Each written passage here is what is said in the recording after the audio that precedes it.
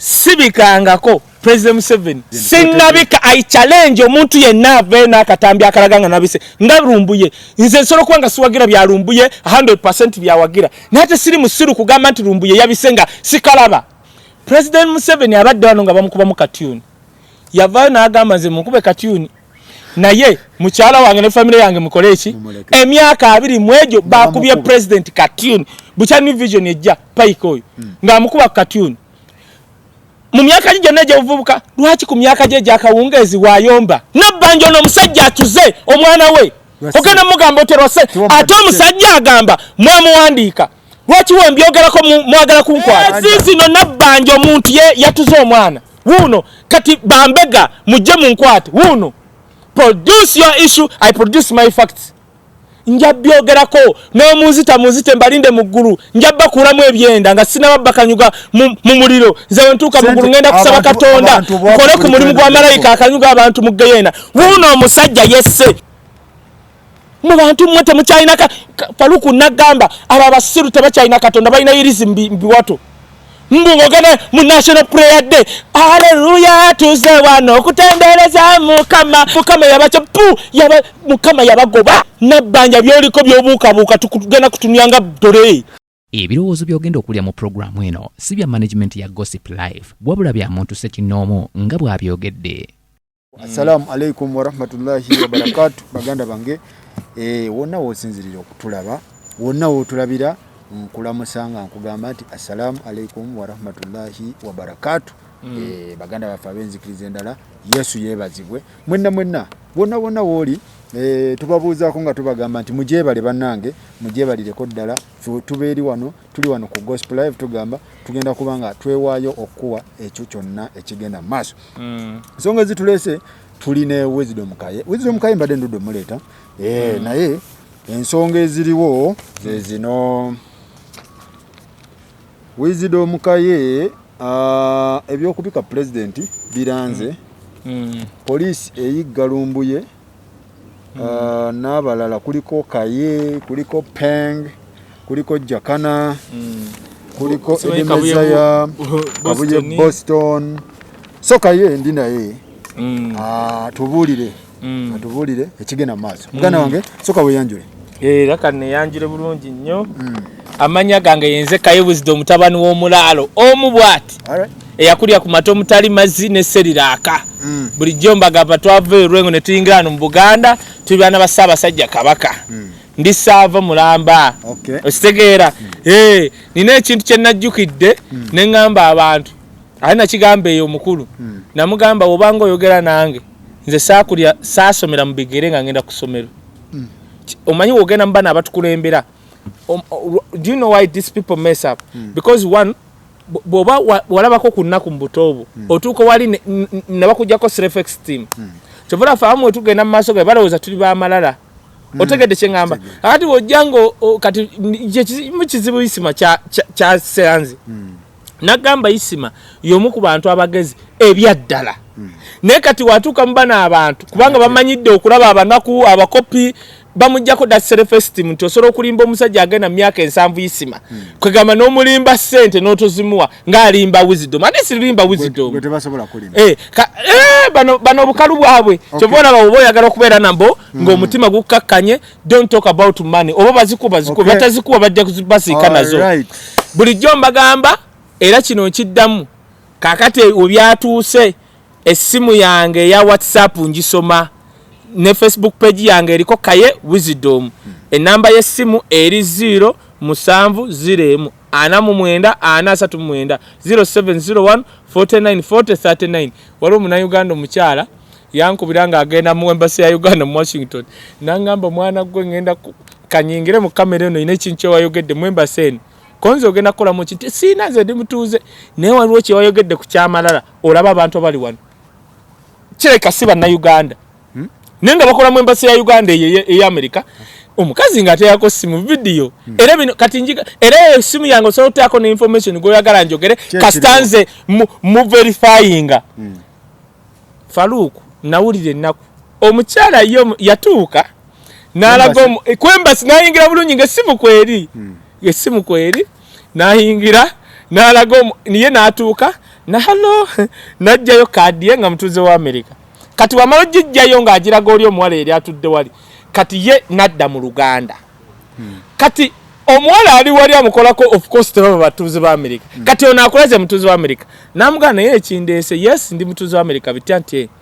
passport njagala passport ye Uganda omukazi gye yakoma okwogera Oluganda ng'oli atudde wali yatuuka namugana I don't understand what you say can't you speak English ya Uganda nga gwayogera naye mukazi amulaze nti eno social security card number yange passport yange yino ndi mutuuze wa America ntiya nzize mu embassy ya Uganda njagala kwogera ku Luganda gwatudde nawe akolamu mu embassy ya Uganda mu Washington toli na mutuuze wano njogera Luganda omuwala bwatwe ngandaba omukazi we yavayo nanga wisdom nkikoze kubanga wayogedde amalala agali kuba wala bano bateka mu embassy manji nnyo nkikoze nkulaze nze nebye passport bya Uganda sibyetaaga amuhiya nazalira wano seetaaga kuulira ku Uganda naye amalala kati ngabe namba yange eyo kubanga abantu abamu abatya okulanga ffe tubyogerako kuba ffe twala amadda nga tubyogerako Uganda history will exonerate us bye bino betwogera nkubulidde Faruku nti munna Uganda akulaze nakulaga kaadi ye ya America passport ye ya America n'otomusaamu kitiibwa kati ffe tubyogerako chovolanga besimu ezo ekyo nayo omuntu akola atya mu embassy nga tamayiruli ojja kusanga ngo ezo embassy bana basajja abakwana buno obwala bwe Congo Rwanda bicha babutekezo mu embassy kubulidde embassy ya Uganda Belgium wobe Belgium ngo yagala passport bakugamba osasule of course DHL bite ebitwala mu Bungereza oli ate yangamba buzido mutota wana abikolako byonna n'abitwala wano mu China mwembase Belgium bala nyanga mu China Belgium babimanyi bino kati babereyo they don't want to know because we have a government who toluma Prez Museveni kasagamba acheni nagamba ogula ebitanda emeka emitwale ena n'ogula bimeka 13 Prez naga sei kateri achampulya n'atambula oyo president kati bano bamunyoma either bamuyinako leverage titaina kyasola tukola chovola bakakati bino bye tugenda ko ngenda kugamba lwaki batuwandikako kwaffe katuba omanyika akubule ensi za Africa mulimu abantu abafuga ba president ba Africa nga goto bamanyi waliwo omusajja Kenya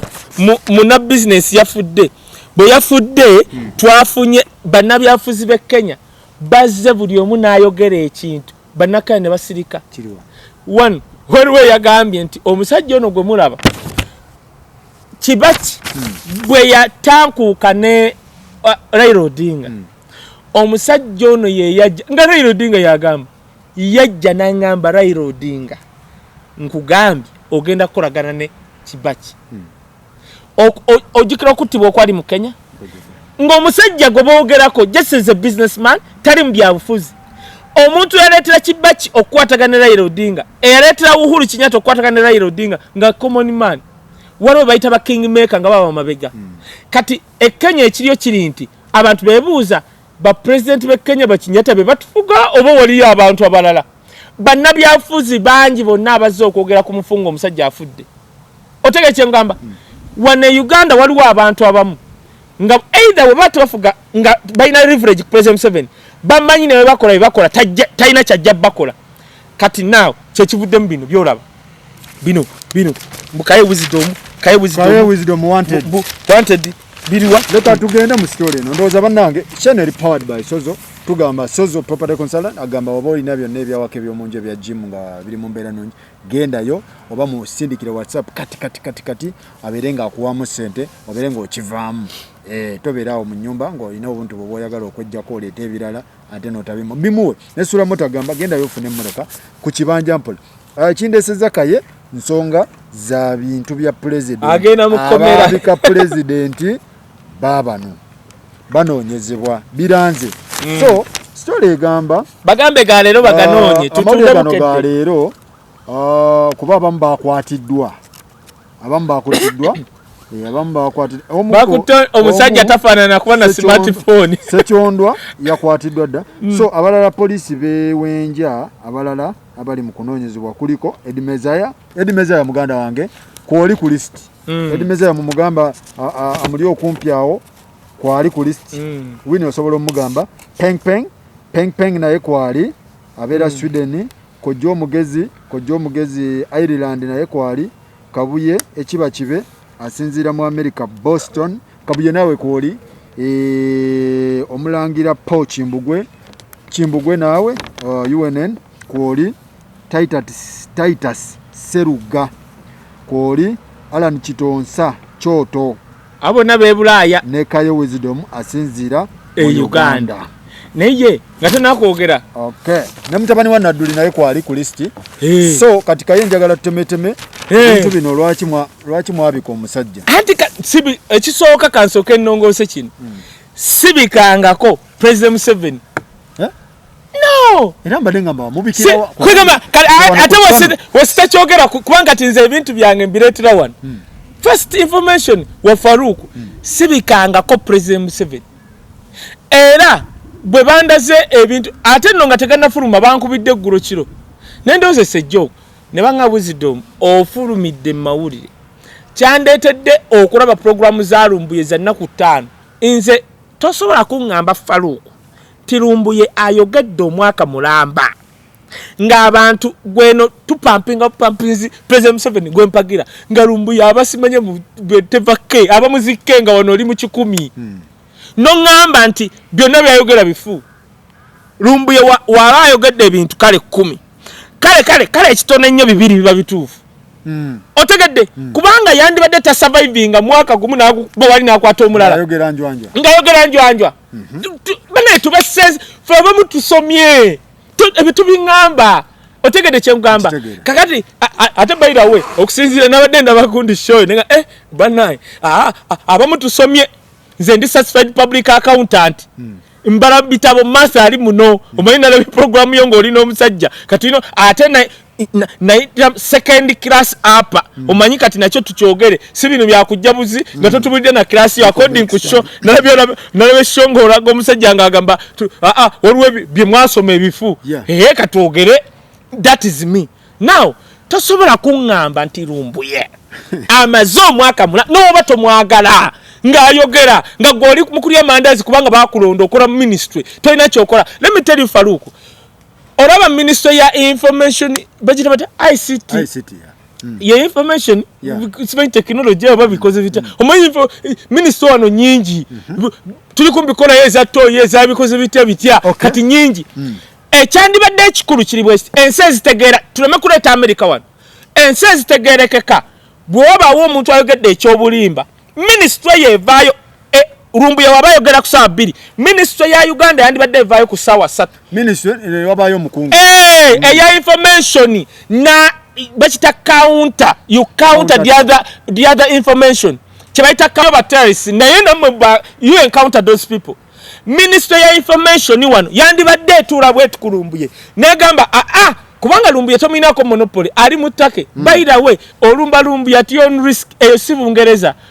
gye bakutugira ebyo oyo omusajja wa take oyo gwe genda wanti nawulidde mbaga munoonya omuto gwa Lumbuye. Let me tell you ani agunoonya mbiwulira anti kakati president egejja yayogedde bya Europe kati bali wano banoonya bali budget munoonya Wisdom munoonya Lumbuye kati waliwo agenda okubba center azimbe flat. Let me tell you people mugenda kola mistake eji Saudi Arabia yakola mistake netto omusajja bamita Kakashogi yali reporter wa Saudi Arabia. It has costed billions of dollars okulongoosa ekintu ekyo. Noyo crown prince wa Saudi Arabia soro butafuka king kulwa kintu eki Lumbuye ng'ali ettaka awo musoro mwerumbira ne mwerumbira mbagamba bino muleme kola mistake nga Uganda eri ku list y'ensi violating human rights ekyo ke mazima pagira President Museveni ye nesobola kutuula ku gospel live wano ku media nenjogera ebintu gabya kisiru nga njogera bwogezi kubanga mpagira President Museveni faluko kitegeera ekituleetera abantu okufollowinga Wisdom no butafollowinga bali bawemula to Wisdom byayogedde biri aesthetic nti awagira President Museveni ne siri kidoli si yandiisa. I love him as a person. Otegedde now Uganda ng'ekyayina obuzibu bwa human rights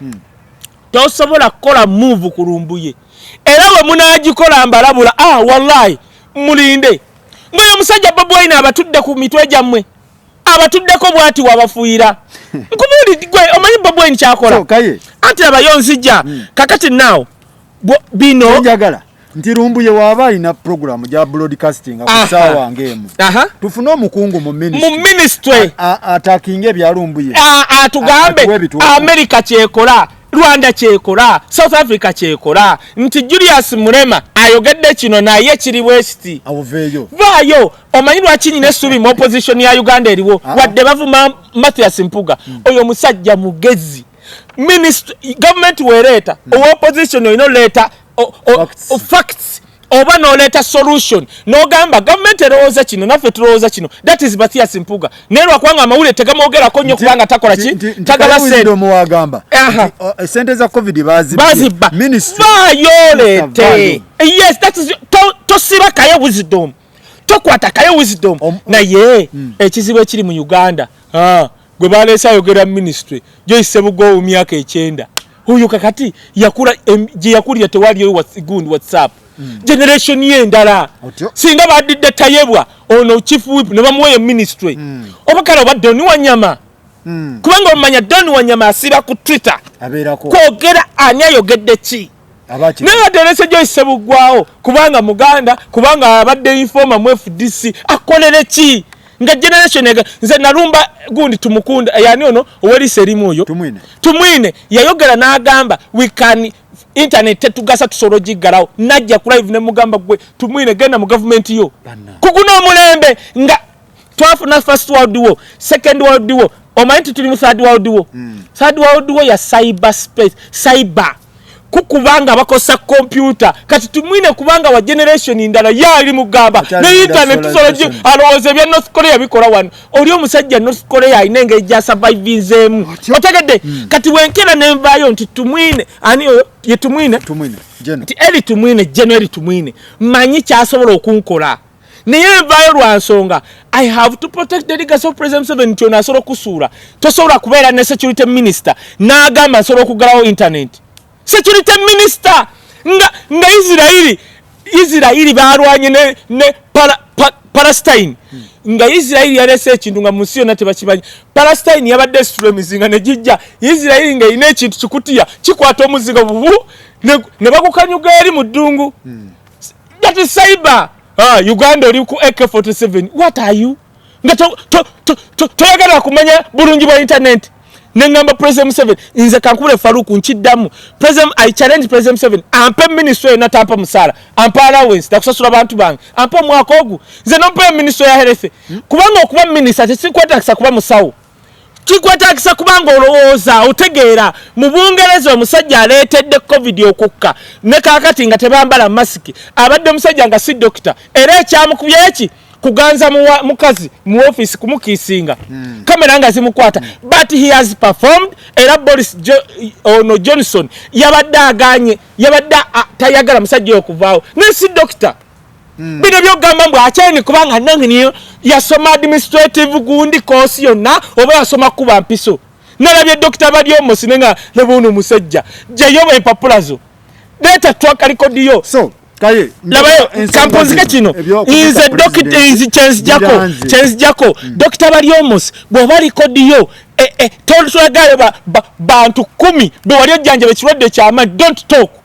temwogera nezo mpapula za mubazi mwazigulo baki don't talk leka ffe bazadde baffe boogere nti nze waffe ku kizinga mama nga leka eddwaliro yafuuka health center free gwe kiki kye wali okoze simple jajja wange uli ekawala is one of the first doctors ba Dr. Baba Magumba wano gwe kiki kye wali doctor so ezo mpapula za mugula kati now njija kukino njija anti chendeta kati kankubuuze waliwo ekiga ulabayo wawuleko president nga agamba ogula radio bafulumya billioni ebyo nga bagenda kugulira abaana mu lockdown eyagwa radio basomere waka muwanga kivumbi oyo n'atambula ne banne nga MP ne balumba factory eyo oba yali bugolobi bagenda otuukayo nga factory tekolangako radio nejo gye baalaga radio nga kuliko made in China nenga sente zifulumye kati nze ayagala President Museveni bwenzijja nengamba president baba n'ababbi bana ababbi be batunoonya ngenda kuwa ensonga nnya lwaki bana ababbi abadde wisdom anti wokolera President Museveni nga byaddala tebakwagala kyekikubya tamala emirundi senior kati kankubule akalulunga Besigye azze wano wallahi singa teyali propaganda wa tamala eyo senior mu Buganda president bali bagenda mukuba propaganda is part of politics. It is part of politics. Propaganda, they are facts. Nengo ogasibye mu ngeri etundika. Naye oluusi mberamu ebyobulimba tebakulimba. Kubate oluusi bakuloza America yensi esinga. Muloko da mu COVID yene eswaziza America. Bungereza buli week ofuna paycheck. Otegedde gwe. Ogifuna baba wogu. Olina kwefubako. Mu Bungereza buli week. America tukubya propaganda. Anti propaganda bakuloza nti America teri banaku. Nze go do you know to their countries a single America go to Canada go to Finland propaganda wa now nzija President Museveni ekisooka lwaki bankubye muno yeggwe ne kino kankigambe otegedde unaku nkugamba nze tondetera abantu basimigobo they have yesima yali musajja mugezi kasita yayingira mu bidoli ne bamujjako entegeera ye kyobola akategera kajja noga leero Isima ayogedde ate ne kabula kubanga Isima ate olumba omuntu ekituufu otegedde ekyo kimuta credibility ye now bo baagalanga abayisima era Isima wayogera bonna basanga hayiwe bambe Isima nga basinika bye baagala naye woovaayo nga wisdom nze saali mu kopi mwe mutulage nyumba za Bobi Wine akulaze ennyumba ze akulaze ya kitaawe najjajjawe warakira wawali empambire mwe mutulage ebyammwe generation yammwe Bobi Wine akula kimanyi nti ennyumba ya Eddie Bobi Wine afuga wano Eddie yeba ame command lubiri Mike Wine nge wali minister wa health lubiri awuliriza Bobi Wine nyumba ye yokka njija Bobi Wine nyumba ye yokka state house teyegomba genda ntebe omulembe oguddako Faruk kino kikwate bulungi omulembe abagenda okuddamu fuga Uganda tetugenda kuddamu fugwa abantu baliko bakopi banaku ego omulembe guweddewo ogw'abanaku n'abakopi ebyo bye mwogera nalabye wekyazizo baani nagamba gweno regime ng'olaga ennyumba nze kati kankubule Faruk omwana wange ndi mulokole omwana wange mutwala watoto mutwala ku Victor wa Serwadda mutwala wa Bishop Lwere ku Lifeline ntunira pastor bwent nenga mono pastor kyagenda okwogera mbulamu bw'omwana wange asula wa nkwata pastor munako omukopinga nze hamwongere coach bwe mutwale wa Serwadda manya Serwadda abaana be ba pilot bani bicha Serwadda asula wa ina mansion agendeyo omulembe gwa omwana wange asinga simu yange wa myaka 6 game sikulimba tugenda kuba game eziri yabikola ku myaka 6 nali nakayigo kutewa ko ba TV kati nzija listen to me ebyaba Bobi Wine ne family gugenda kuba mutomulana eka preamble Faruk mu America waliwo generation okuva mu je 6 8 nga woba tewalwana Vietnam America tebakulonda generation yagikutula ali Bill Clinton ye yakuba George Bush senior najjanga talwana nko Vietnam ne batandika okulonda ne Obama kati bali kuyiba Joe Biden teri ayogera ba Vietnam omulembe gw'abavu n'abakopi gukomye bino byokujja otufuga ng'obadde mu kopi n'otunyukiramu n'amalalo gaabwe n'ogazimba n'oyigira kuba president okuba ne passport ne flashing toilet guweddewo omulembe gw'abantu betugenda okulonda nti soko tulageko nga Bobi Wine kikyolina va kubina abakulimba nalabye byoleeta ku gospel live ninga Faruku abadde ki guno omulembe gwa 21st century soka bino byo Bobi Wine okumanya musajja mugezi atukubye nti nga sinayingira ntebe nsosa balaga nti nina otegedde ku kyengamba era nzina mu bya Bobi Wine njagala tubeere ku gundi bi nkijjako okay mbadde nkwaka preamble now ngenda kuwa ensonga ezi badidde Kaye wisdom kubanga Kaye wisdom one ayogera President Museveni naye ayogera ku bubbi bwaffe kati bankuba baagala kukola kino president weyavuddeyo n'agamba munoonye babuloga kati bonna bembadde njogera ku bubbi bwabwe bembadde njogerako ku bubbi bwabwe mbatta kati bagamba president bafunye oluwendo olulyawo wisdom era mbadde ngenda ku side ekibuli lawyer wange nangamba wisdom one your public figure let them produce criminal summons to you kankubuli njagala nnyo tumale covid tuyinge musango guli gobaga nti nabbe ettaka nabawabira mu kooti owattaka lweruweru nakola defense ye ng'agamba ettaka lye nagula kati sirya munnakenya yabula bagamba lya nema mu mateeka tebanattaka okuggyako mayanja bibira naki bagamba lya nema kati omanyi kye baagala nze kuva dda banjiya banoonya we banjirira bafunye opportunity nti Museveni yayogedde baagala kundyawo lwa nsonga basigaze bayisima abajja wano ne bawaana buli kimu ekyenaalemu ate bulijjo mpulira embega kati ensi etegedde siri mbega singa mbadde mbega singa tenfuluma singa mbadde mbega ensi etegedde baagala kundyawo kati kino baagala kundyawo naye sijja kufanga kiyenje nze ngenda bazuganya ne muggulu ngenda bazuganya ne generation yaabwe tonnabika ku president sinnabika I challenge omuntu yenna ave n'akatambi akalaganga nabise nga lumbuye nze nsolo kwanga siwagira bya lumbuye 100% byawagira nate siri musiru kugamba nti lumbuye yabisenga sikalaba lumbuye actually chenalabyo bayagambye nti nebya president bibiyo ba something oba mu one of whatever sisobola kudda wano yes obutakanya na muntu simwogerako kikyama sinnabika ku president bamusiru ateza defending ligaseye inze president na ebibozi bino bifubutuka wawa anti ekisooka baagala kundyawo ekyokubiri president Museveni abadde wano nga bamukuba mu katuni yavaayo n'agamba nze mukube katuni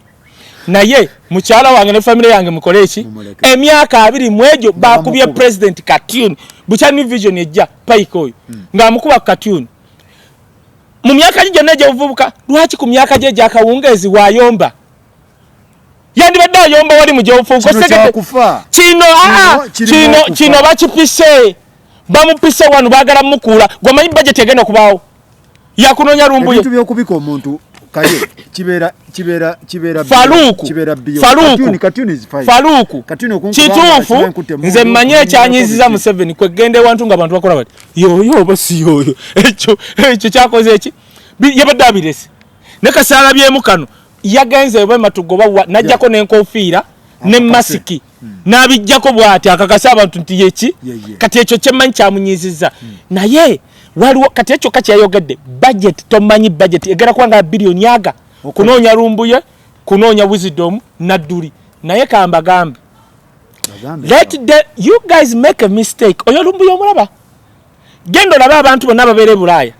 abogere lumbuye tosobola kungamba amatamage manene nsingo ye nene musajja wa kiwago bwati nongamba nti ali eyo teryamuwa ku mmere yakulya. You will make a mistake. One mistake like this, it will cost you either money or your life. Echende no government na chando lingeti. Chenkugamba etya abagazi bonna Faluku fe tuzaliddwa Kampala.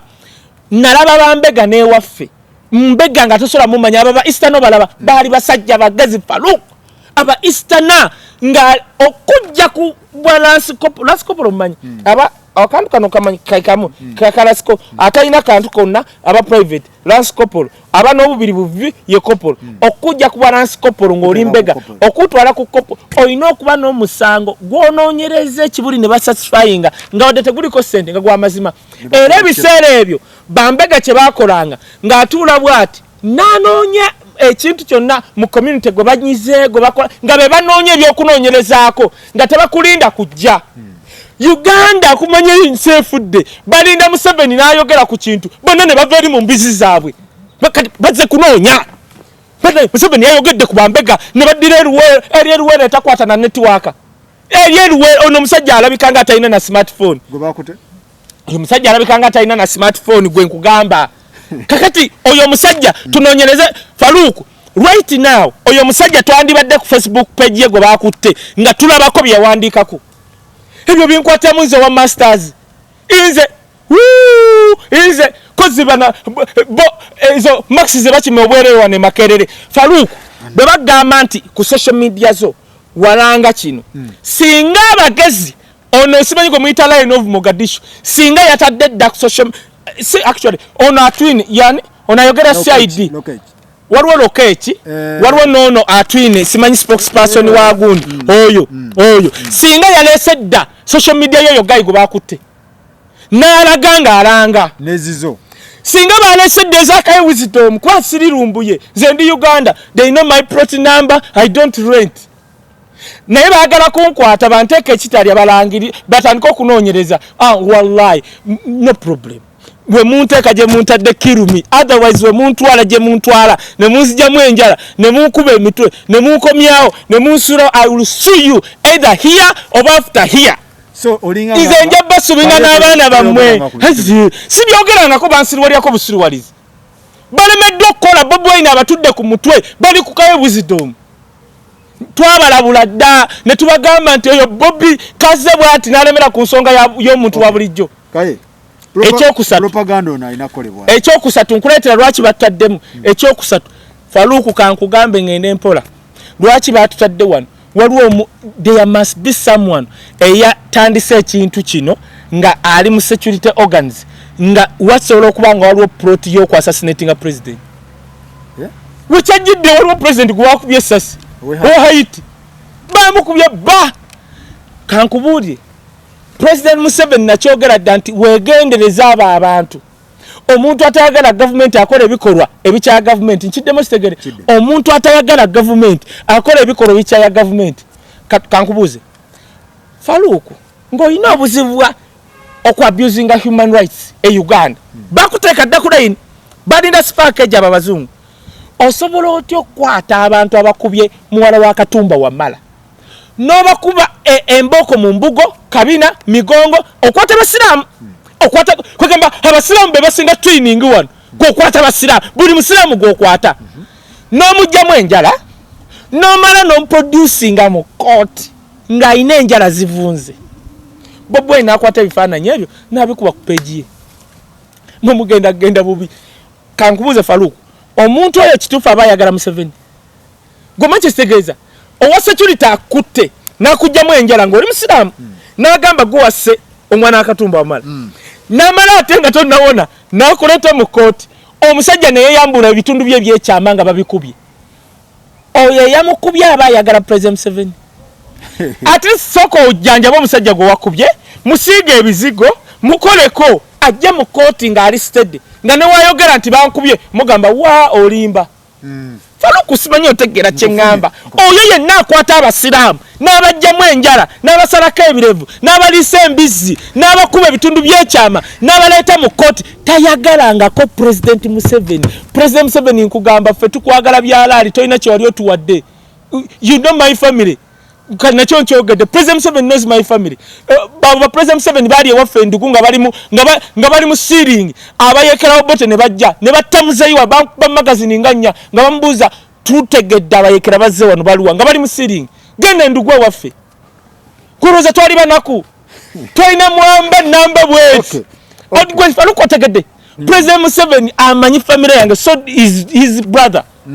bana abasajja muleme kutumanyira na kumanyira ebyo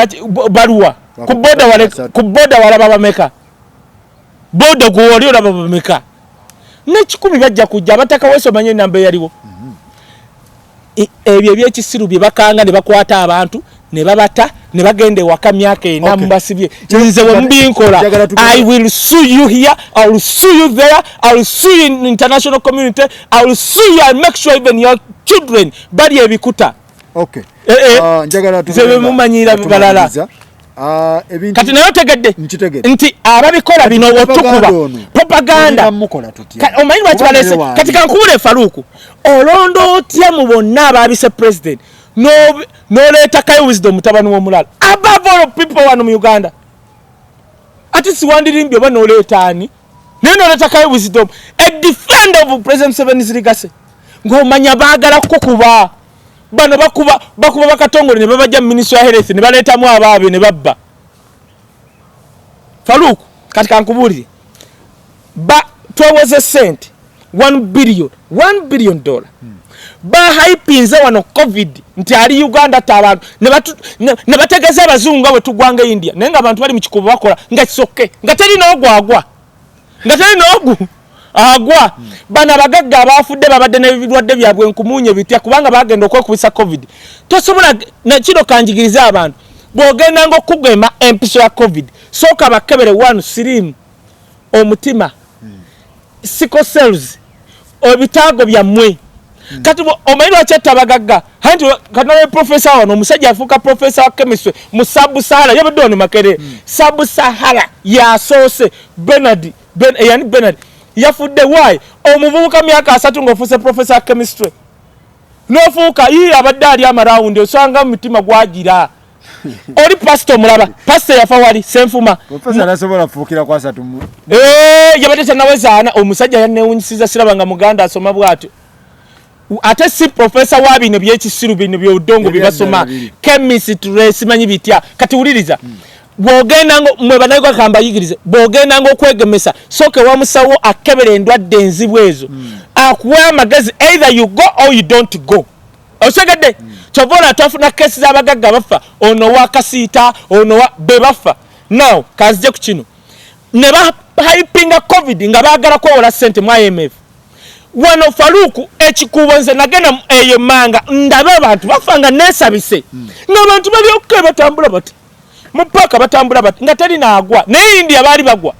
ne ba hypinga ebungereza ne batuuka ne batusa nze nyina shonga 3 mu lumu ebungereza guno omwezi gw'omusanvu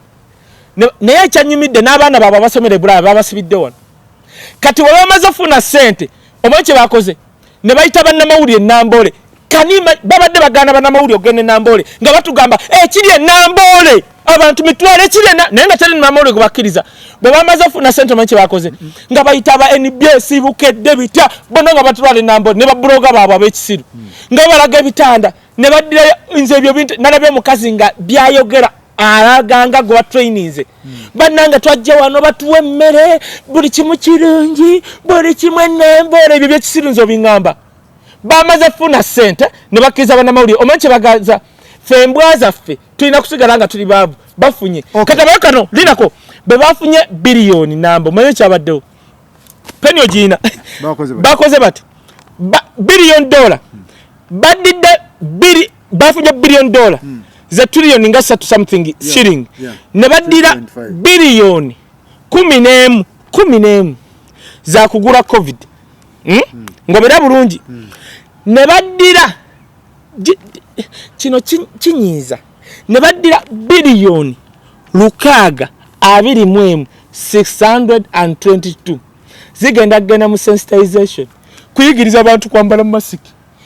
acheni ajagambe people keep on the mask biliyoni 6 nga gwe yetaga covid ku covid bataddeko biliyoni 11 ne badira biliyoni 622 sensitization bokulya bagenda tambyenga mu motoka bagende guru batukali you people you put kwambala masiki ne kunaaba mu ngalo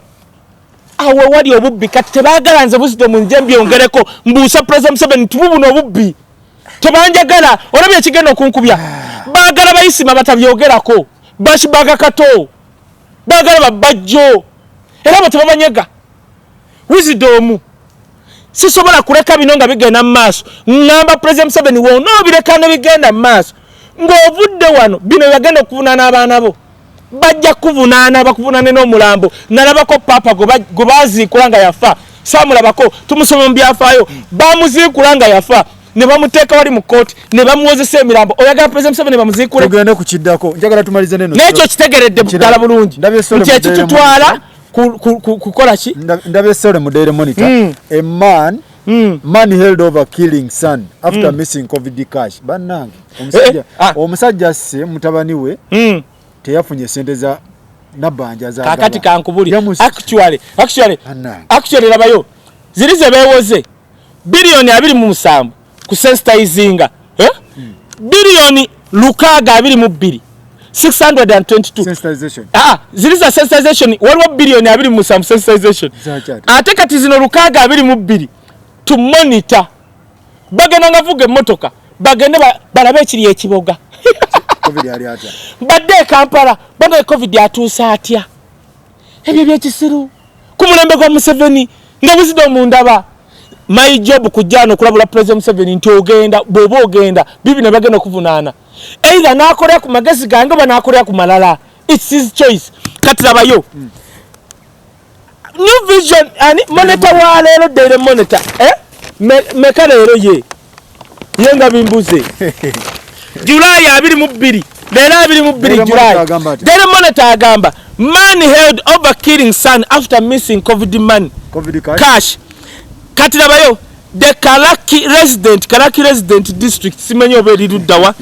kakati labayo omusajja ono gwaitapo kali kwani wa miaka 35 mufunze kanjifunze story muvubuka yagamba abantu ba district yewaabwe Karaki n'abagamba nze Nabanja watansindikira mitwalo 10 nga bampandiisa ku listi yabayina abavu ngenda kuta family yange ne commissioner wa district eyo nga wali ezo district ze bateekeyo manyi ezo babbiramu obululu ziri eyo zirimu abantu nga 2 basibaawo kumalwa n'agamba ngenda kuta ne baloza asaga yabadde ali awo ng'awulira ku radio nti district ye Karaki tugimaze nakabera ku simu nagenda ku mobile money naga check my phone and you see if there's money yagenze okulanga tekuli nadde waka gwesokeddeko mmanyi omwana wo w'emyaka emwezi 9 namutuga webudde ku mwana n'alumba omukazi ekyawonyeza omukazi kubanga abantu beyo baluya akalo kangi omukazi yerwanyeeko n'ayita mudisa n'adduka tamutalwa kwagala yes kachino wankyogerako mbuuza Nabanja bye yawadde ssente be baluwa kubagamba district ogimaze Faluku ongamba otya nti ssente ze mwagamba bailo kanso nkubulire dinako bagenda gaba billion 5 mu 8 if I'm not mistaken billion 5 mu 8 ze bagenda okugaba billion 5 mu 3 billion eze Uganda ze bagenda okugaba mwabani centers njagala ulye kano Faluku okumanya abantu bano babbi billion 5 mu 3 billion 5 mu 3 billion 1.8 za charges Museveni government yo mulimu abagizanyiramu oganda gaba billion 5 mu 3 na 1.8 kawumbi kamu mu million 3 zigenda mu MTN Airtel ongamba otya nti MTN Airtel balaba tuli mu buzibu bwakuwa abantu bandu badde basindika sente zino ku bbanja kubwerere bagenda kubasasula 1.8 billion ya rabbi kati wemba nimba minister wa information ajatwe inform rungi omutufu kati uliriza tugala billion 5 musaga bogere ebintu bino mubwe bogeddeko mujje mukakati totegeeza bagala tusiba kwate bagala togere mazima tulekebo bazimbe flat bazimbye najjera bona bali ministry nalaba noli ayogera ministry yalete you know right to me perviews anu go kuba malusu pichi byoyogera yega you know come with this not that come with the biberi mwe bekuba malusu okay bazimbye wantu wonna bazimbye najjera buli flat jolaba ministry buli omwana apartment buli omwa ba wow kato labayo ku billion 5 mu 3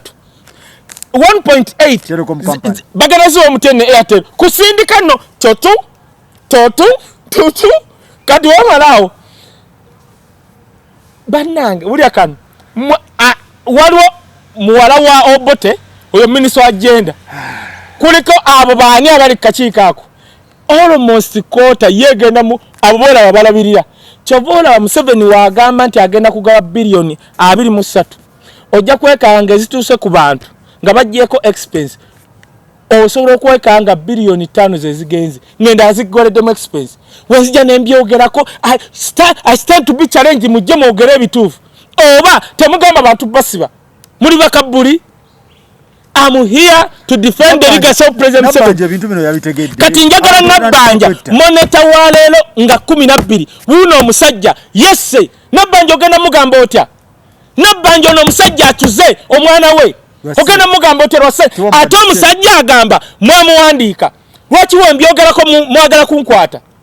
njabyogerako n'omuzita mbalinde muggulu njabba kulamu ebyenda nga sina babbakanyuga mu muliro nze wentuuka muggulu ngenda kusaba Katonda kole ku mulimu gwa malayika akanyuga abantu mu Geyena wuno omusajja yesse ali ku moneta olupapulo lwokusatu omusajja yasse omwana we myezi 9 n'alumba mukyala we ate nga yagamba RDC waayo ngenda kutta family yange mumpa emitwalo 10 atenga bamuwandiika mu bantu mmwe temukyalina Faruku nagamba abo abasiru tebakyalina Katonda balina irizi mbiwato ngogene mu National Prayer Day haleluya tuze wano okutendereza Mukama haleluya tuze wano mu Mukama yabacha pu yaba Mukama yabagoba Nabanja ensonga z'abantu Nabanja njagala ombuulire Nabanja waga emitwalo 10 omusajja ssemuwala we agenda kutuga mukyala we where are you bino bye byagala okunsibya Nabanja ate zino sente gino mitwalo 10 zigenda kutwala Nabanja nti woba maluzika omanyi bakola balina embwa zaabwe ezo kati Nabanja bamutaddeyo ali mu kubuuka nalabya abagaba sente wamaze ogana babuuka omanyi lwaki babuuka tebabuuka olifuna sente enjawulo zaabwe Nabanja mugambe Nabanja nze wawali ekawempe nagenze ekawempe nembuuza kiyamaani w'ekazo mwogedde mutebi yaŋŋambe wuzido lisiti we nagitunuddeko ng'eriko abantu bana ababiri baafa ababiri bammanyi omu mugagga abasigadde si baawano mwogedde mugendeeyo Nabanja mubuulire Nabanja byoliko byobuukabuuka tugenda kutunyanga dole tugenda kutunyanga dole Nabanja bagenda kukozesa you produce those people nzo ngambe Faruku ngambe nti sente Museveni ziyaleeta za kuyamba bali vulnerable n'okubira ebyo bisetting n'okubira omusajja ng'ayogera oluzungu muleme mutumanyira mbu abantu b'eggulu bonna boogera oluzungu tumba ani gwe mumanyira nze nkola ggulu ogamba abantu bafunye sente baluwo baba ne batandise kutuga baana baabwe the monitor wuna amulesi ate fe abasoma math you do a good sampling you sample one person representing 1,000 kati ono omu omanyi bameka abatuze abaabo n'abeetuze so sente tebanawa abantu ziruwa ojja kusa waliwo yaŋŋambe wisdom waliwo kye nawulidde nti otyo mbu sente zijja bwe ziti mu dakiika emu zisobola okuvaako mbu we Kaye Faruku ati bajje boogere zikola zitya ejja bwe tututu kakati wezijja n'obuuka waggulu oba otuuka ku mobile money nga kali akagamba nti zigenze tutu ate kati kalaga nti zigenze message esigadde weraga zino Nabanja omuntu yatuze omwana wuno kati bambega mujje mu nkwate wuno produce your issue I produce my facts I quote monitor tell zino simple plaza mwegano this is monitor ne RDC wayo yali amanyi balisiba ku marwa anti awo zino district ziberamu abantu 10 zizo simanyi karakani sabantu baba wese kati Faruku obudabye byagala kunkwasa Chevola nagamba gundi isima oli musajja mugezi yogera ku bintu ebiruma abantu okay tweyanziza bino bye byagala okunsibya tweyanze oli abanjeza covid tumuleke oyo abanja bagala kwebba bwebbi abo gwe niddala bayo owa covid abanja mbayagala bamuliwirire bilioni 10 kati wuliriza ogwanga oba university ogwanga wabira university kakati kankubuulira ekintu kimu simple kino kyangu nnyo kati kikube ekisooka Faruku omuntu wa wano yenna ng'ogwanga ng'ayiyiza eddagala lya covid okay mugamba teriwonya naye be bali waako batugamba nalabye n'abedi bwanika yagambye na akantu nakanoonya nenkawa omuntu wa covid mu nnaku ezo n'abuka abedi bwanika pasita gwesasubira kunnimba atamanyi n'ogwanga akantu ako bannakenya babuguze babututte obuntu obwoyo omusajja omanyi lwaki balulwanyisa wano ate y'ogwanga yotegedde gwe kyenkugambye otegedde hati abaabwe Museveni President Museveni yawa omusajja omukazi atukolere kawunga okuyita mu matooke tewabiwulyako tewafulumangayo kawunga naaka n'avaawo n'akwata sente n'aziwa abayiyako eddagala lya covid tebajjanga ogwanga avuddeyo n'obwogwanga bwe akoze akantu ensi engezi zino kye zikola bandibadde bayita ogwanga ne bamuga ogwanga tunnyonnyole kakola katya twongeremu ensi engezi we zikola Uganda manyi kye bakola baagala kukuba bukubi ye ogwanga manyi kati akumibwa amagye tayogera takola ki kati newagenda mutoyi babaayo ekyo kyeki mwagala tufe gwe kankubulye Faruku ngamba bannayuganda mweberere waliwo ayagala ofe okay kati ogwanga laba university ya Mbalala ekisooka egamba ogwanga nti bebamu banayini ddagala eryo naye ng'omanyi lwaki wamma mugamba mmwe banayini ddagala mujjayo professor atulaga solution eyo yakola eddagala eryo omusajja yakozesa byuma byammwe ate kubanga professor wammwe mwandibadde mumuyita mpolampola ne mugamba tukoze tutya Faruku wenzija nenkosa kamera yo nenkuba sho nekwatayo ojana ngai naye wisdom wakosa kamera yange mpayo ku kantu netova n'ogamba eyo story yange akutte Covidex katosola kozesa leboye yagiwandisa patent right ye ekyokubiri gotomanyi ogwanga mu ddagala lya malaria nze omuntu eyantama munabe yafuzi wano ng'ojje kuba n'abasiru ye Ruchamuzi South Africa tukozesa gundi ensiri teziriyo tukosani jerabidde erinya lingenze bafuuyira ensi yonna terimu malaria wogenda ensi za North Africa tezirimu malaria kakati bagita eddagala linvudde mu bwongo bwe balireeta wano kampuni za wano nezikwata Ken Ruchamuzi n'avumirira eddagala eryo obutalifuuyira wano ng'omanyi lwaki anti kampuni sigale nga zikola eddagala lya malaria era Ken Ruchamuzi namusanga kwabba ne muga Ken wantama nze am a resident of South Africa tosobola kuddira ddagala nakyo nkibagayo ate munkwatanga kiyenje tosobola kuddira ddagala lino n'olivumirya ng'eri gye lyo tukozesa teri nsiri naye baddi abanalafuzi ne bakola ki ogwanga yagenda mu Germany nawangula wadi abantu bakimanyi go and check that guy Germany eddagala lya Germany mu nsi yonna nzija mu Germany eddagala lya Germany ne Israel ge madagala agasinga mu nsi yonna oyo omusajja agenda Germany ne bamuwa award nga waliwo kyayiya ku malaria ne wajja mu China biliyoni ya mukazi n'amugamba ngenda kufandinga kyonna kyoyagala ku ddagala lino kati oyo omusajja yayize eddagala lya Covidex muli wano mumuzunza mumukutta alinga musibe